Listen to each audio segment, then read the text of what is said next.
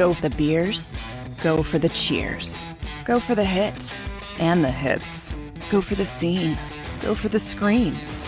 Go for the gallery. Go for the win. Go to Ocean.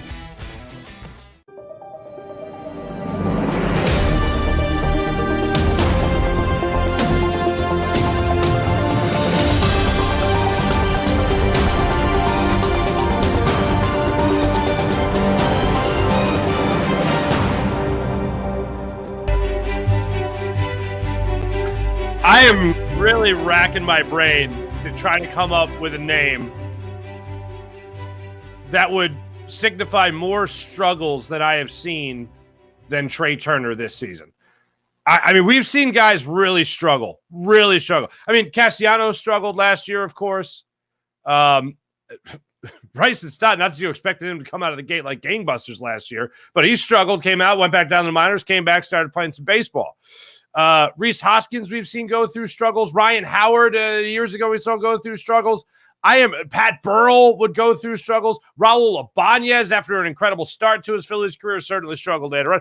I am really racking my brain to try to think of somebody that was as proven a commodity. So Bryson Stott at that time, you can't put him in that conversation. Somebody like Trey Turner that was as proven a commodity coming to Philadelphia, or even a long-time Philly like Ryan Howard coming in and just struggling. I have not seen anyone struggle for the amount of time in the field and at the plate like Trey Turner has struggled this year for the Philadelphia Phillies. I can't think of anybody in a Phillies uniform that has had this kind of failure. As long as he has had it, the reputation that he had coming here as one hell of a ball player, ladies and gentlemen. And it is just not there. It is gone. And speaking of Ryan Howard, he would say this, about slumps, because sometimes you go through red hot for this great streak, and then all of a sudden it's gone.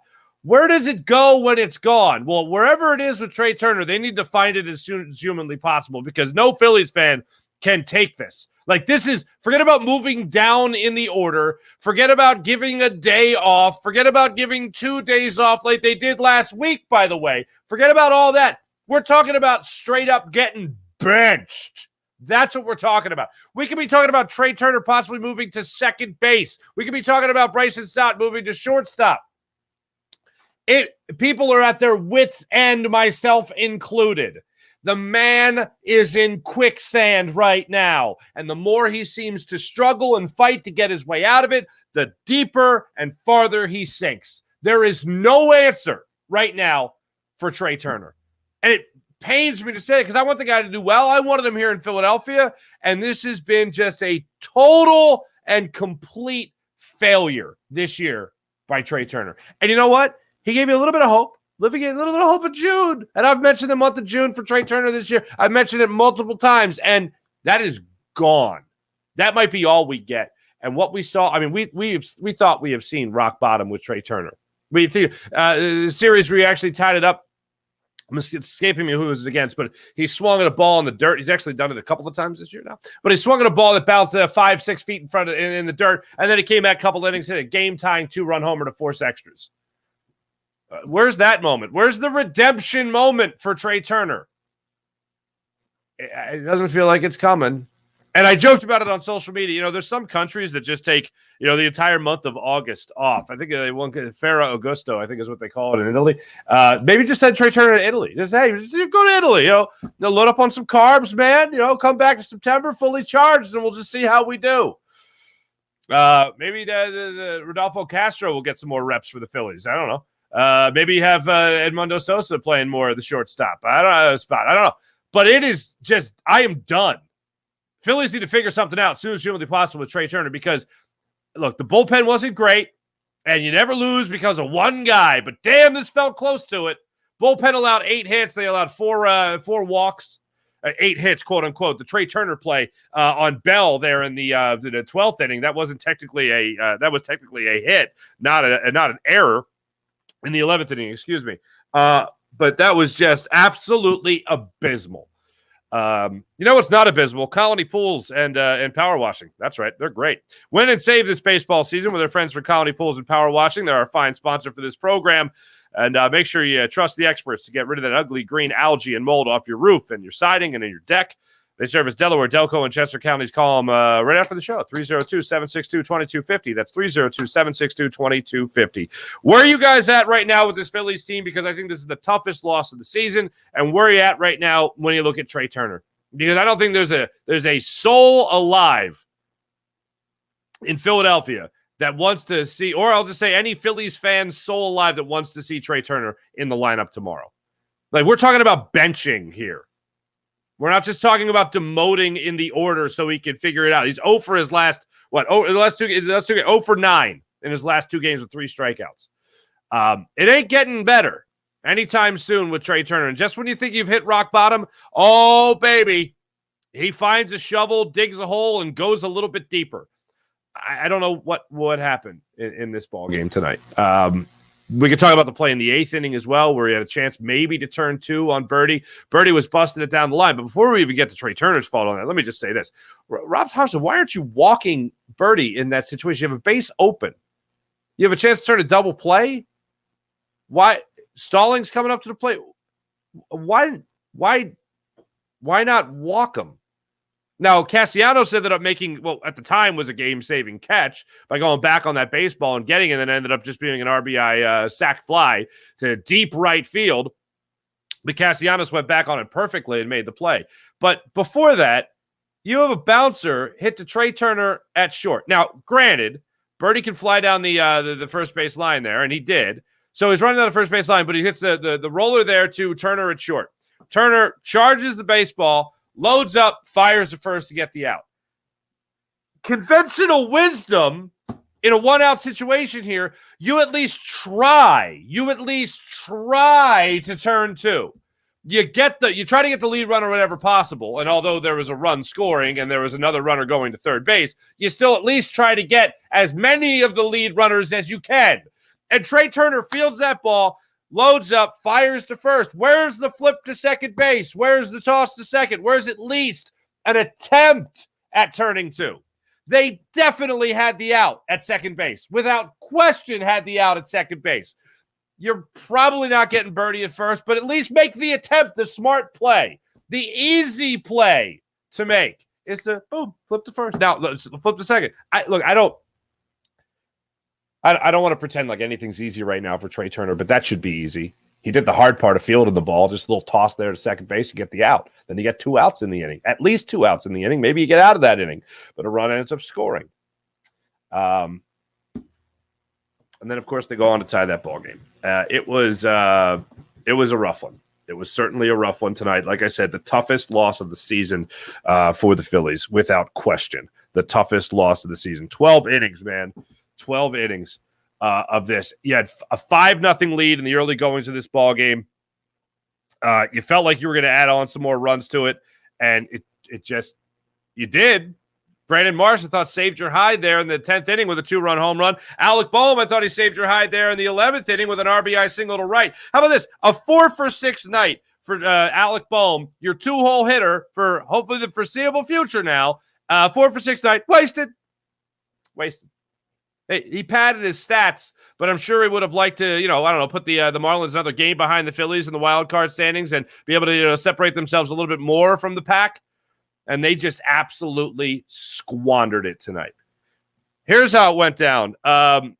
Just to start out the ball game, Nick Castellanos got on the board with an RBI single. They were able to tack on a couple more runs from the 4th to 6th innings. You go up 5-0. Then the Marlins start to fight their way back into it. You take Zach Wheeler out of the game at 6 innings, so he doesn't pitch the 7th inning. You decided to go to the bullpen there in the 7th inning. Zach Wheeler was at 98 pitches, so not much of a chance for him to go out there for one more inning. Thought he might do it. Thought Rob Thompson might let him go out there for the 7th inning. I was fine when he took him out at 98 pitches, but I thought, hey, roll the dice here. Give him another inning. He's done it before. Maybe not when he was at 98 pitches, maybe closer to 90. But he's done it before where he's put him out there for one more inning to see what he could get out of him. And this wasn't one of those instances. Maybe now that you have Michael Lorenzen at the back of your rotation, you're going to be going to that 6-man rotation. Maybe if you're going to do it anytime, this would be the time to do it, knowing that you're not going to pitch Zach Wheeler for at least 6 more days.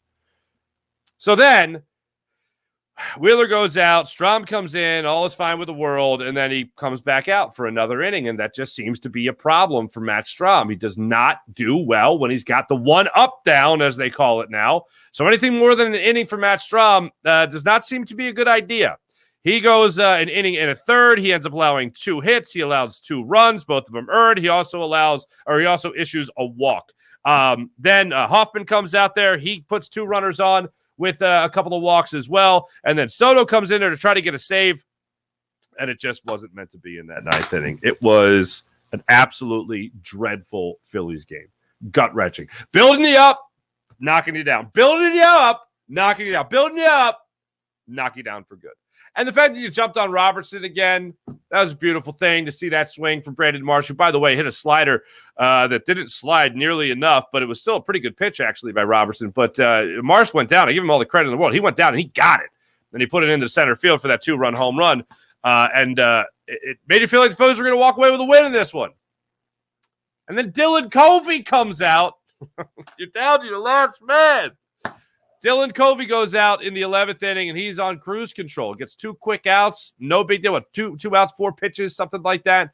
And then Bell comes up and hits that bouncer to short. And you think you're out of the inning. And Trey Turner lets it go right through his mitt into shallow center field. Game tied up again. That's the one that tied it up at 8.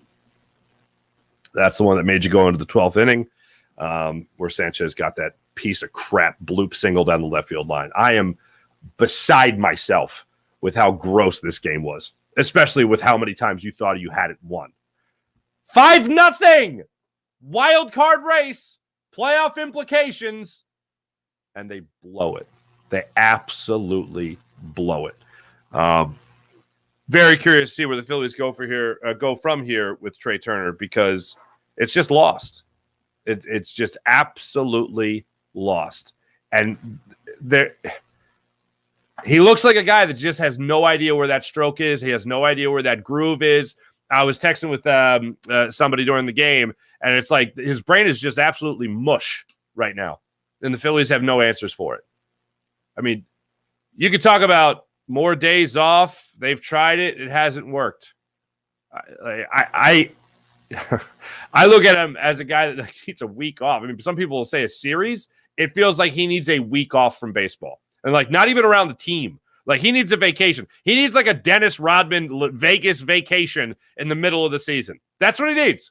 Like, go somewhere else. Don't even think about baseball. Hypnotize yourself. Go to, like, one of them, like, I don't know, shacks in the desert and just stay away. And don't even, no phones, no internet, no TV, no nothing. Just go away and then come back, and maybe you'll be reborn a ball player again. Absolutely terrible from what we saw tonight from Trey Turner. And it's obviously, it's going to keep going. It's going to keep going. And every time we hope it's rock bottom, it is far from rock bottom, unfortunately. 0 for 9 in the last 2 games in this series. Like I said, 3 strikeouts. And he continues to swing at the first pitch a lot of times. I've said this a million times in the postgame show. I'm not someone that jumps on a player for swinging at a first pitch. If you're thinking first pitch fastball, have at it, man. Go for it. But if you're a guy that's struggling, it did piss me off. It wasn't a first pitch when Kyle Schwarber swung at that the 3-0 pitch. He got the green light and he got a pitch to hit. When was it Okirk couldn't throw a strike to save his life? He got a good pitch to hit and he hacked at it, and it ended up costing the Phillies a little bit in a bases loaded situation. But when a guy is thinking fastball and he swings fastball and he gets fastball, I'm usually okay with it. But Trey Turner's a guy that needs to sit back and relax in that batter's box, man. Easier said than done, sure. But he just keeps on hacking. Absolutely abysmal. Let's see what you guys are saying about this one tonight. Tyler Bullich, can the Phillies please hold this 1-run ball game so I can go to bed? Oh, you were already hitting this up during the game. Well, I hate to disappoint you there, Tyler, but I'm from the future. It didn't work out. Just stinks. 10 more years of Trey Turner. Is he even tradable? No, absolutely not. If so, it'll get rid of him. Not going to happen. Crazy. This game embodies our season. It's looking bleak, honestly. That's how it feels right now. Tough loss. Trey Turner absolutely sucks at catching a baseball. Babs, what's up? Farzy, Phillies thought it would be better for Nola to start at home against a high school team, the Royals, instead of his regular turn tomorrow. It's past the ridiculous stage with this guy. I agree. Although I will say this, Barbara. I will say this. Over the last 2 seasons, so the Phillies want to go to the 6-man rotation with Michael Lorenzen, by the way. And we're going to talk about him tonight because he did an in-game interview, what feels like 7 days ago, but he did an in-game interview tonight where they actually blew off a commercial break to keep talking to Michael Lorenzen. But anyway, over the last 2 seasons, that Aaron Nola fella has had 9 starts on 6 or more days rest. 9 starts over 6 or more days rest, okay? Last year, he had 4, and he was 2-0 in those 4 starts. The year before that, he had 5, and he was 3-1. In 2023, on 6 days rest, on 2020. This season, on 6 days rest, he's got a 2.88 ERA. Last year, he had a 3.03 ERA in those 5 starts he made on 6 days rest. So, let's put it this way. Who do I got more confidence in turning around this season? Aaron Nola or Trey Turner? It's Aaron Nola. That goes without saying because Trey is very much. Have I said he's lost yet? I believe I said he's lost. Sir Sketchable, send Trey Turner down to single A. See if he can work his way back up. Fall short.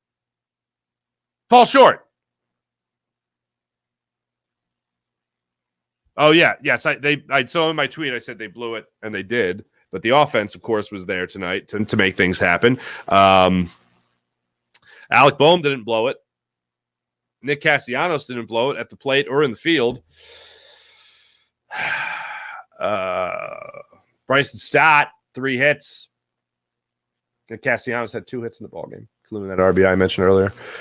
It's just pathetic. 3-card Monty. I'm not reading that out loud.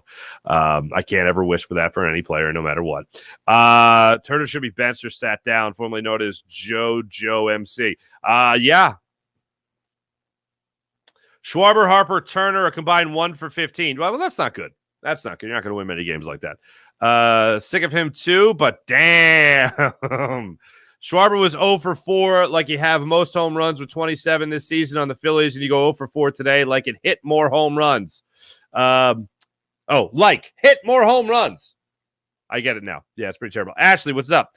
Big name guys aren't showing up. We need them to do that. The young guys in the bench carried the team tonight. A waste of a 5-run lead. Very difficult to accept this loss when we had it so many times.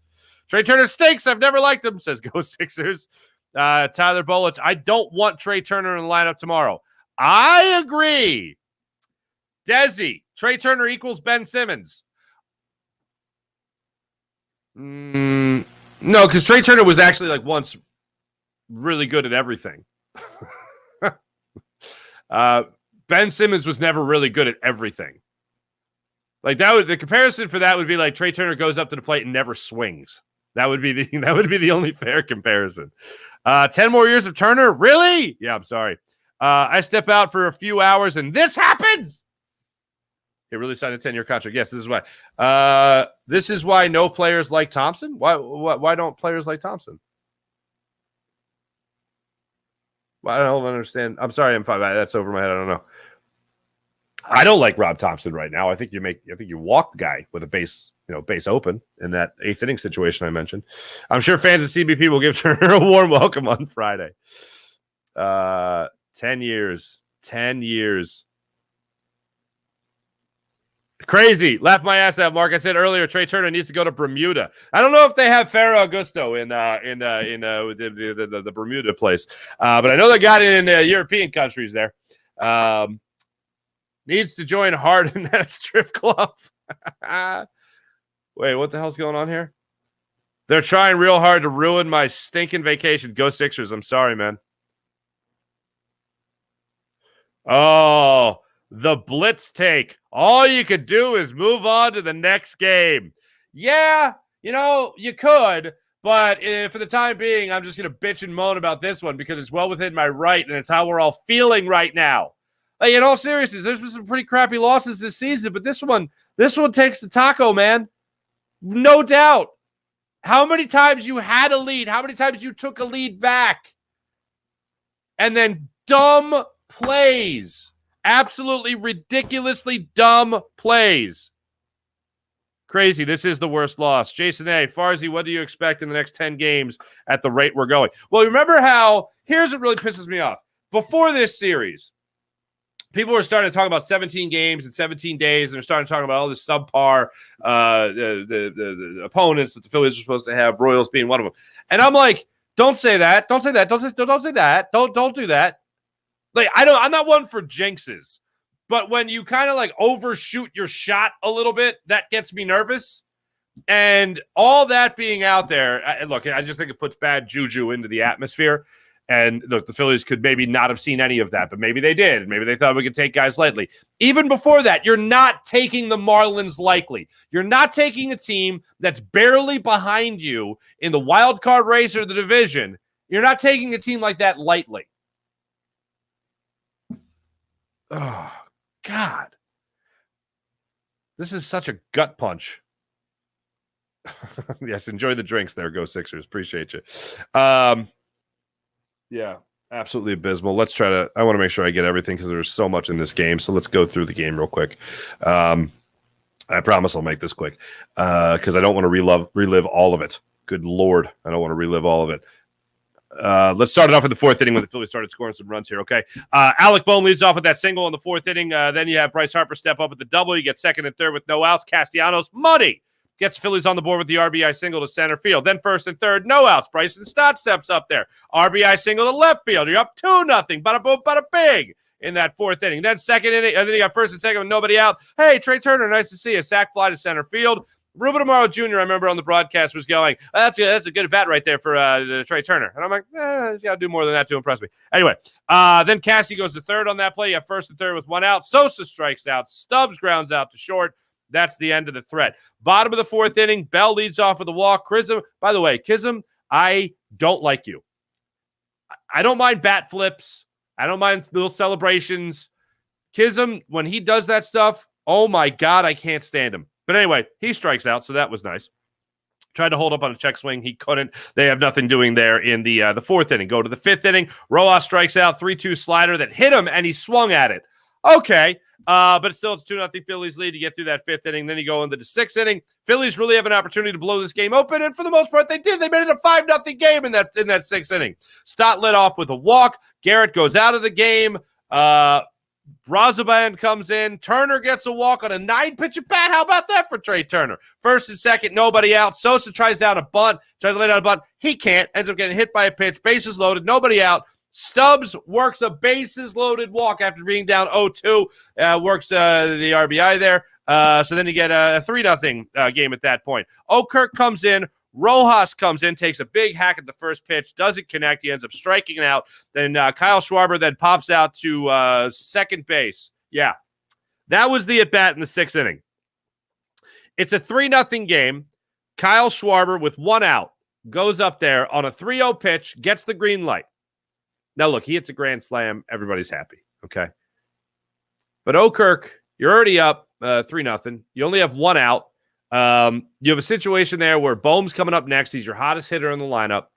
If there was ever a time to not give Kyle Schwarber a green light, that was probably the time. Just gets under it, pops it up to the second baseman, who's actually playing behind first at that point, and he makes the play. Bohm steps up, and what does Bohm do?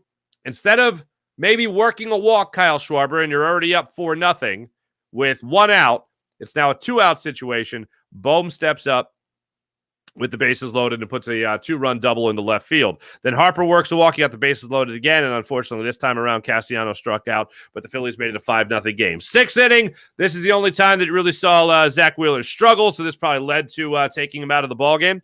Soler strikes out to lead things off. Then Bell homers. Chisholm then goes up there, and he hits a home run as well. So then you have a 5-2 ball game at that point. Then Wheeler gets out of the jam after that. Seventh inning, not much doing. Strahm came into the ball game at that point to pitch. Eighth inning, Stubbs led off with a walk on 4 pitches. Rojas got the fielder's choice. He's safe at first. He got Stubbs out at second. And then Schwarber goes up there, and he strikes out on a high fastball. Couldn't hold up on his swing. Bohm then Bohm then grounds out to second. Going to the eighth inning. Let me make sure I have this right here because this is one inning I certainly don't want to mess up. You go into that 8th inning, and I just don't know what the hell happened. You have the situation with Trey Turner playing shortstop, obviously. Bell leads off with a single to center field.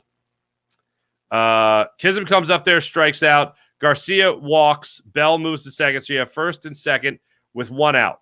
Hoffman comes into the ball game for Strahm. Berger then walks. You have the bases loaded. Sanchez walks. It's now a 5-3 ball game as they walked him with the bases loaded. Birdie then grounds out to shortstop. Run scores on the play, and that's where Trey Turner opts not to even attempt an inning-ending double play. So you get the second inning, or second out of the inning, with Turner going to first. A run scores. It's a 5-4 ball game. And then Gurriel goes up there, and he ends up flying out to center field. So he could exhale for a second there as the Phillies maintain a 1-run lead. Nothing doing there in the 9th inning. Turner ended up striking out in the 9th inning to end that inning. You had a runner on third. You had a runner on second base at that point. Turner strikes out 5-4 still. Soto comes into the game. Arise flies out to center, so the hard part's done. Soler comes in. He hits a bomb to center field. It's a 5-5 ball game. Bell singles to left, and then Kism goes in there, and he grounds into the double play. Marsh leads off the 10th with the 2-run home run. It's a 7-5 ball game, so you've grabbed the lead again. Then the Phillies go down 1-2-3 after that. Stubbs, Rojas, and Schwarber. Go into the bottom of the 10th inning. You have Craig Kimbrell pitching. Garcia, the intentional balk. It's been a minute since I've seen it. I've never seen it from Kimbrell. He called the balk on himself. Literally dropping the baseball and being like, yeah, Kism needs to go to third there. I just balked. Now, the ruling was, the idea was that they don't want anybody stealing pitches, okay? They use pitch count, but they still don't want anybody trying to steal pitches, I guess. So that was the explanation given. Garcia goes up there. He ends up grounding out. It's a 7-6 ball game because it's the RBI ground out. Berger then singles. Sanchez doubles. Birdie hits a sac fly RBI. Berger scores. It's a 7-7 ball game. And then that's the one where Castellanos went way back, caught the ball, saved the game at that point. Stallings then lines out the center to end the threat. Then against Lopez, Bohm starts things off with an RBI single to right field. 8-7 ball game. Phillies go down after that, including another Trey Turner ground out. Then in the 11th inning, with the Phillies up 8-7, Dylan Covey pitching. He gets a rise to fly out on one pitch. Dylan Covey got a rise to fly out on one pitch to center field. Okay? Hard part's done. Soler, he ends up grounding out to Castro was at third at that point. 3 pitches, 2 outs. And then with Stallings on second base, as he does leading off the inning, of course, you know, Trey Turner gets a ball hit right at him by Bell, the newly acquired Bell. And he lets it go right through him for what is ruled an RBI single, which should be an E6. Now it's a tie ball game. Good times. Phillies are able to get out after that. Then they go down 1-2-3. Marsh, Stubbs, Rojas in the 12th. And then Sanchez comes up with that RBI single to win the game. 9-8. I don't know where the Phillies go from here with Trey Turner, but there's no way he could be in the lineup tomorrow. That's for damn sure. Speaking of tomorrow, Michael Lorenzen will get the start for the Phillies. During his in-game interview, a couple interesting things. One, on a fun note, he dropped a Talladega Nights. He dropped a Ricky Bobby. He dropped a I don't know what to do with my hands. Anyway, he was talking during his interview that he eliminated the curveball and the cutter from his arsenal, trying to make him concentrate on other pitches, and also loading up the strike zone early in the count, and then, of course, trying to get away from it later in the count to make sure guys are trying to chase his slider out of the strike zone. So that seems like a pretty natural strategy there. And also, the guy can rake. If you haven't seen the story of his 2016 home run, 3-run home run he hit, his father had passed away. He was on the bereavement list, so he had some time away from the game, came back, and in his first game hit a home run for his dad. How awesome is that, man? How awesome is that? 3-run home run, nonetheless. Phillies are at it tomorrow. Michael Lorenzen will get the start for the Phillies, so we'll see how they fare in that one to see if they can bounce back and still, win the series with the Miami Marlins. Now, odd start time tomorrow. It's a 12:10 start time. Michael Lorenzen will take on Johnny Cueto, ladies and gentlemen. How about that, Johnny Cueto? Johnny Cueto, the former Giant, the former Red, he gets the ball tomorrow. He's 0-2 in the season with a 5.06 ERA. He is coming off a 6-inning, 4-run performance against the Detroit Tigers. That's terrible because the Tigers suck. And Johnny Cueto allowed 4 runs to them and 2 home runs. That's no good. I'll be back with you guys tomorrow. Well, I'll be back with you guys tomorrow morning for the Farzy Show. Adam Smitty Smith will join me from Barstool Sports.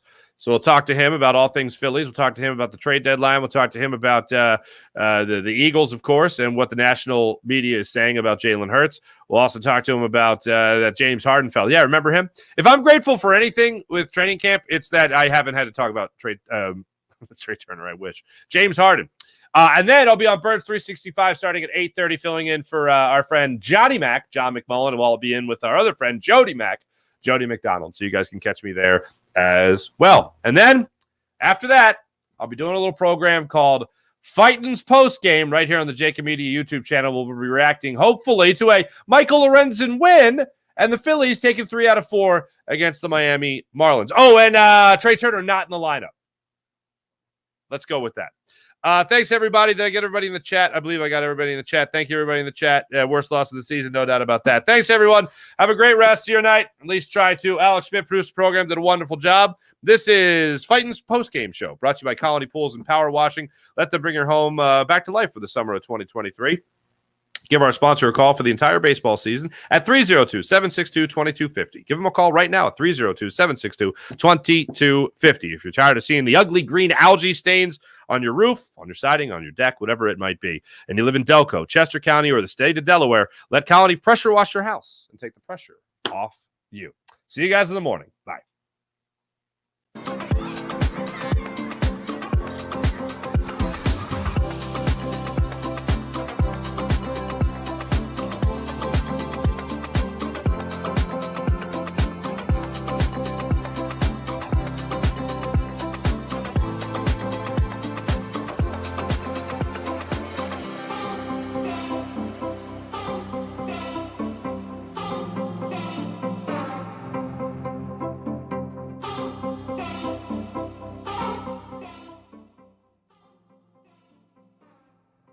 Heading down the shore, have a ball once more. Here, imaginations run wild and time stands still. Because here, you can find the best of the Jersey Shore, all on one 5-mile island. So leave the old you behind and get lost in the woods. Wild, wild, wildwood days.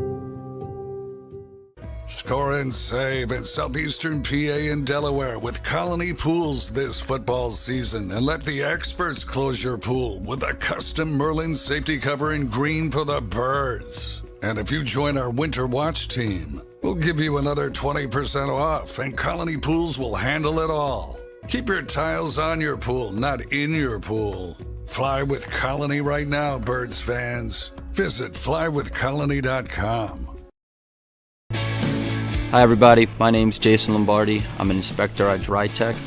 At DryTech we offer 3 major services, the first one being basement waterproofing. The second service we offer is foundation and structural repairs. And then the third service that we offer is mold remediation.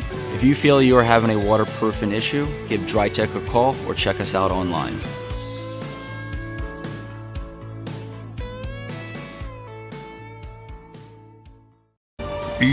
EAGLES, Eagles.